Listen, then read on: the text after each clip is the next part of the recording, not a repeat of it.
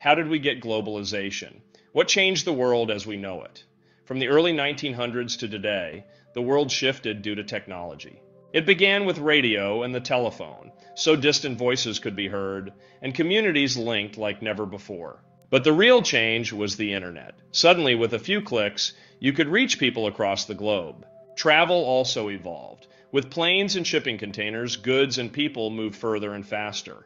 Meanwhile, new energy sources like oil and nuclear power sped up factories and helped produce more goods.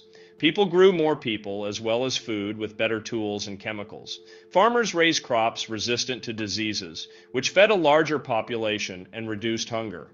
Advances in fertilizer and high-yield grains like wheat and rice, thanks to Norman Borlaug and Yuen Longping, allowed the planet to sustain billions more lives and fought starvation.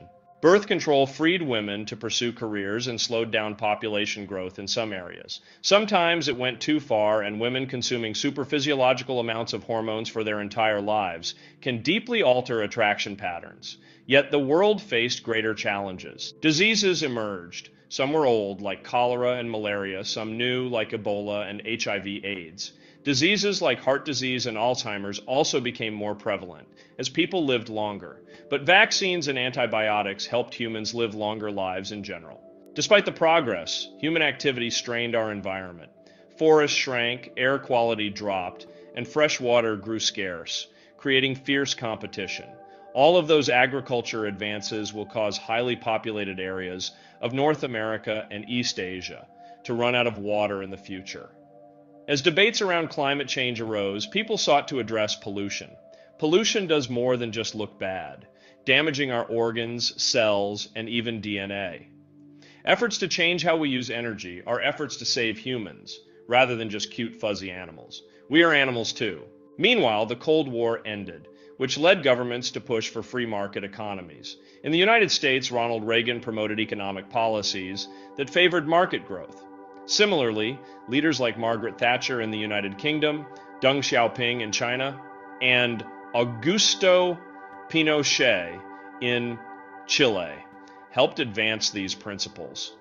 There was a connection between Reagan, Thatcher, and Deng to fight the power of labor unions with the use of Chinese labor, and Deng let the people of China earn and be economically free. This lifted 700 million people out of poverty and starvation. Thatcher's union efforts were not entirely fruitful, and Pinochet's government did terrible things, but people began to live better lives at the same time.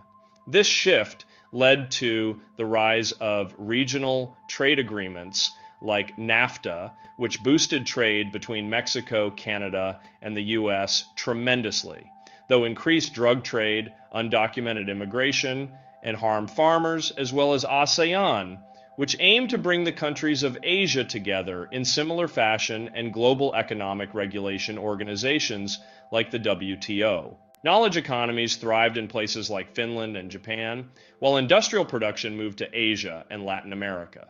This shift encouraged growth in countries like Vietnam, Bangladesh, and Honduras. Labor was too costly in the US, the UK, and gradually even in China. However, this growth brought inequality, with some groups left behind. Movements protested these issues through environmental groups like Greenpeace and the Greenbelt movement in Kenya. Later, right-wing populism, like with Donald Trump's rise in America in 2016, began to appeal to workers who felt their jobs had moved elsewhere. In many circles, the feelings against globalism are strong, even though the people who feel that way likely supported the conservatives that brought neoliberal economics. Anti-IMF and anti-World Bank activism also emerged to address economic concerns. Rights-based movements, including the women and genocide victims who helped work for the UN Declaration of Human Rights, established in 1948, fought for protections for children, women, and refugees. The negritude and global feminism movements further challenged norms around race, class, and gender. The U.S. Civil Rights Act of 1965, the end of apartheid in South Africa, and caste reservation to fight the caste system in India also highlighted the push for equality. Access to education improved, with rising rates of female literacy and women gaining voting rights in the US in 1920, Brazil in 1932, Japan in 1945, Turkey in 1934, and Morocco in 1963. Efforts to remove caste discrimination and the end of apartheid made professional and political roles more inclusive in India and South Africa. Rule of law did not always follow, but at least people around the world began to connect together for entertainment and hope. Globalization blurred cultural boundaries. Music genres like reggae and K-pop, movies including Bollywood, superhero movies, and anime, sports such as the World Cup, and consumer brands crossed continents. Social media platforms like Facebook, Twitter, Instagram, YouTube, and TikTok amplified shared trends. While locally developed platforms in China, such as Alibaba, Douyin, Xiaohongshu, and WeChat, responded to this new global landscape. Global consumerism transcended borders through online commerce platforms like eBay, Amazon, Taobao, and Temu, while brands like Toyota, Coca-Cola, Tesla, McDonald's, and KFC expanded worldwide. In the end, the twist lies in how these global changes, medical, economic, and cultural, shape today's world. We live longer, talk farther, and travel quicker, but face a shared challenge: how to use technology responsibly to balance progress with our planet's well-being. How do you think we'll face that challenge? Tell us in the comments, share with your friends and classmates, and like the video for more AP history.